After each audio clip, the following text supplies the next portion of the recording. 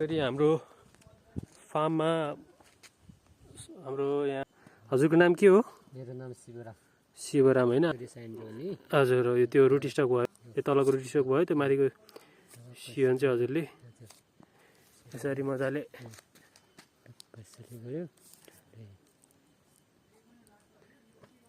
यसमा कति सबै हुर्किने चान्स हुन्छ, कति जति पछि नहुर्किने मर्ने हुन्छ? मर्ने तपाईँको यो भनौँ 100मा 10% मर्दा न त अरू सबै बचिन्छ।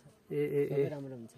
ए पहिले हजुरले यो काटेर यसरी यो चिरा पारिसक्नु भयो होइन? हजुर यो अनि त्यहाँबाट यो कागती जोडिदियो, अनि फेरि अर्को पनि सुन्तला ल्यायो भने जोडिदियो भने पनि हुन्छ। हजुरले बिरुवा पनि बेच्नुहुन्छ? ए बिरुवाहरू पनि बेच्नुहुन्छ। यसरी यहाँ चाहिँ हाम्रो माउ चाहिँ हाम्रो जुन चाहिँ सायन हो त्यो बोट चाहिँ उहाँहरूले यसरी उत्पादन गर्नुभएको छ। यहाँ यसरी टनलभित्र चाहिँ यसरी कन्ट्रोल इन्भाइरोमेन्टमा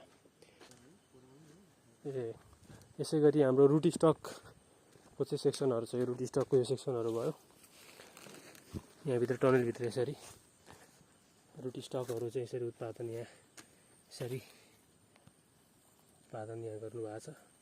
र त्यो रुट स्टकलाई चाहिँ मदर प्लान्ट हाम्रो जुन उत्पादन लिनुपर्ने जुन चाहे त्यो कागती होस् चाहे त्यो सुन्तला होस् त्योसँग उहाँहरूले चाहिँ ग्राफ्टिङ गरेर बिरुवाहरू पनि गाउँभरि उहाँहरूले चाहिँ जिल्लाभरि पनि बेच्नुहुन्छ र आफूले पनि यहाँ 100 रुपियाँभन्दा बढीमा उत्पादन गर्दै हुनुहुन्छ।